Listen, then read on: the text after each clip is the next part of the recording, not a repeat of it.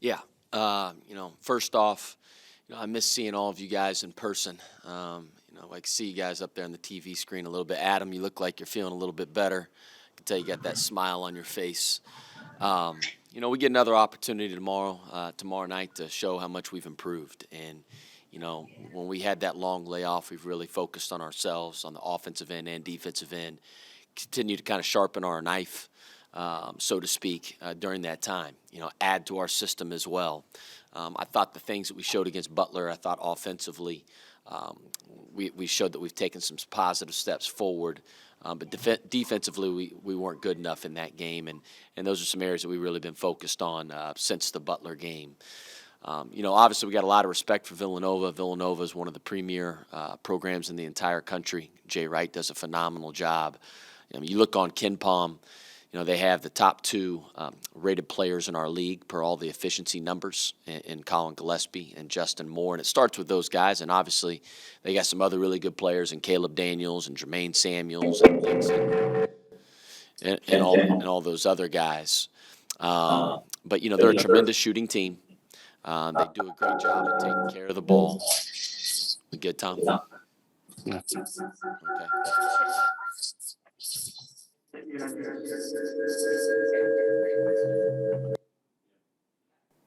We good? But they do a great job of shooting the ball, and they do a great job of sharing the basketball and taking care of it.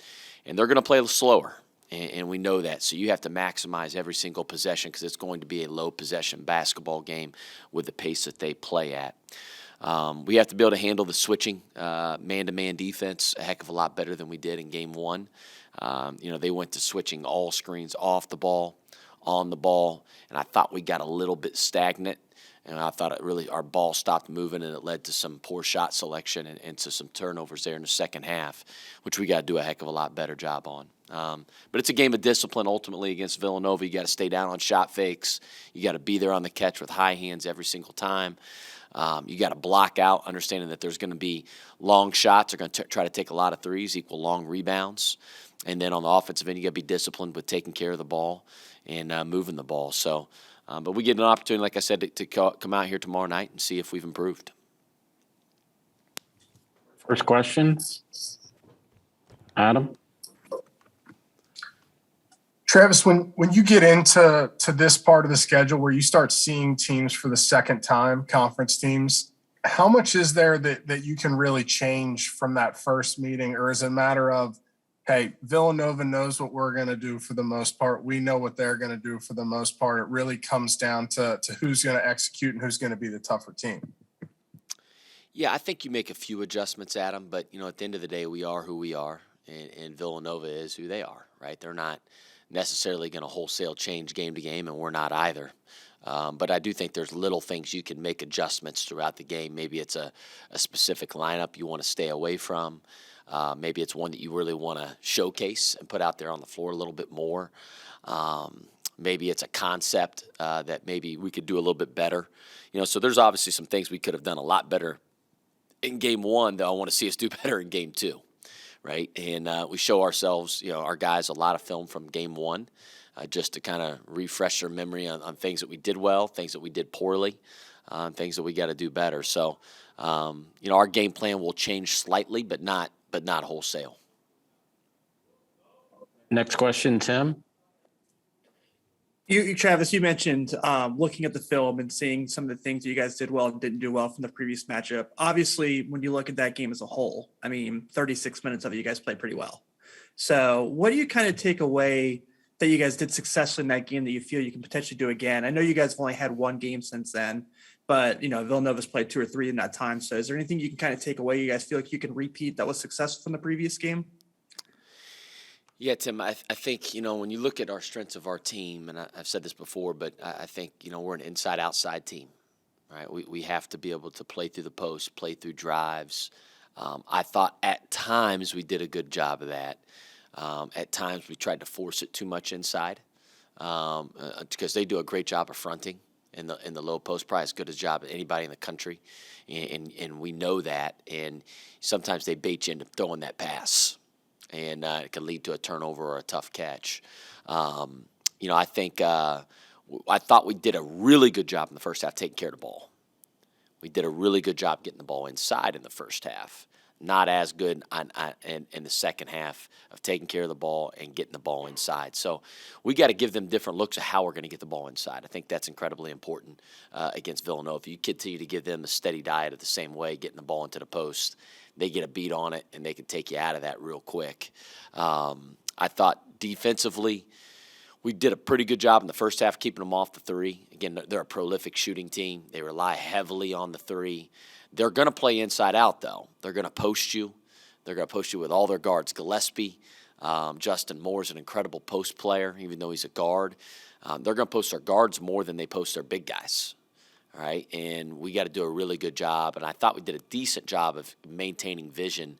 And we tried to make it them take twos in game one. And I thought first half we did a good job. Second half it kind of cracked open late there, letting them take too many threes. Adam? You mentioned Villanova wanting to be an inside-out team like you guys like to play. And in that first game, I don't remember the exact number, but I think they had something like 40 points in the paint. Why do you think – was that just a product of them being successful posting up their guards and getting down low on you guys, or was there something with your ball screen coverage that allowed them to get down inside of your defense like that? What happened there in the first game? Yeah, a little bit of both, Adam. I thought they got the ball a little bit too easy into the post to their guards, right, to Moore, to Gillespie, Eric Dixon, guys like that. But again, Villanova puts you. They make it really hard because they surround all the low post guys got the ball with all these shooters, and you know what they want to do. The way that they can really open up a game is by getting hot from three, and they can reel them off real quick. All of a sudden, they go on a 9-0 run, and they're capable of doing that with the way that they shoot the ball. So you got to kind of pick your poison a little bit, with Villanova, and obviously those guys are really good post players too. I mean, they're tremendous. So I think we're going to give them different looks throughout the game this time.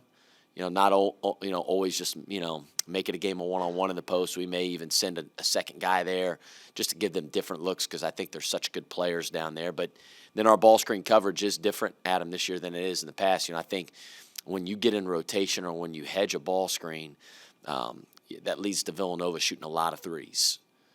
When you're in more of a passive ball screen coverage, that makes it a game of more of one-on-one, and it makes them go to the rim a little bit more. So, again, they're tremendous at the rim as well. Right? They're great in both. That's what makes them – I know KenPom has them ranked 5th in the country per all their efficiency. They're a great team. You got to decide what you're going to take away. Tim? You've obviously talked about, Gillespie and Jermaine Samuels and guys like that who you've seen now for God knows how long. It's been a while, obviously. But this year, Brandon Slater's kind of had his first kind of jump in minutes for them. Obviously started every game for them as well. He did have the best shooting game against you guys the first time, but has had moments this year where he's really shined. What do you kind of take away from how you guys can keep him mostly ineffective in a game like this, again, like you did the first time? Yeah, he's a great player. He's 6'7", 6'8". He's long. I mean, I remember when he was coming out of high school, he was a top 30 player in the country, the whole deal. He's kind of had to wait his time at Villanova. And you give guys like that a lot of credit, man. He's kind of worked, and he's gotten better. And he's having a terrific year this year. He's a breakout player. But I think it starts with Brandon. You got to be there on the catch. You can't be put – and it's with Villanova in general, but Brandon too, it's just you can't be put in long closeout situations. They're as good as any team in the country playing off the catch because they can all shoot the ball at a very, very, very high level. And then all of a sudden it sets up their shot fake game. So if you're in a 5-foot closeout on a guy like Brandon Slater, is he going to shoot it? Because he can really shoot it. And then he close out a little bit hard. He's shot faking. And then he's driving it right around you, and he's 6'8", and he's athletic. Then all of a sudden he's at the rim, above the rim, finishing. So he could score in a lot of different ways. He's obviously a great defender. He's very, very versatile on that end. He can guard 1 through 5 really well on the perimeter and in the post. So he's been one of the breakout players in our league. And like you said, Tim, I mean, again, he plays with other great players. So it's not like he's getting 20 shots a night. He understands his role, and you could tell he values winning because he's playing with some other really good players as well. But trust me, our guys know who Brandon Slater is. I can tell you that, and they know how good he is.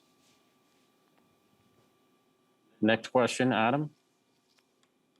Coach, you look at what you guys have done so far this season, and one thing that really jumps out is you guys have really made a killing at the free throw line. And in the first meeting at Villanova, that was the second fewest attempts at the line that you guys have gotten all year. And no disrespect to Villanova, but if you were going to make a knock against them, it would probably be the fact that they don't have a ton of depth coming off the bench. So I think you look at that and you say one area that could really change this game is if you get one of their premier players into some early foul trouble and try to attack them and get to the free throw line.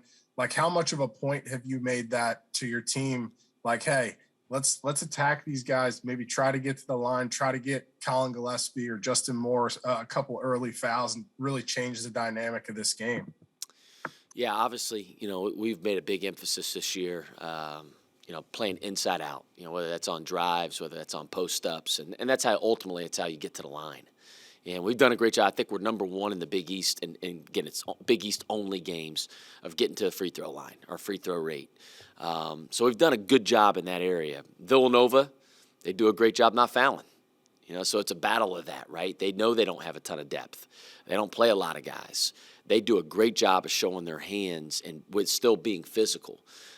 We still have to drive the ball relentlessly to the rim. So like I said it earlier, like with all the switching that they do, and they switch 1 through 5, off screens, ball screens, everything.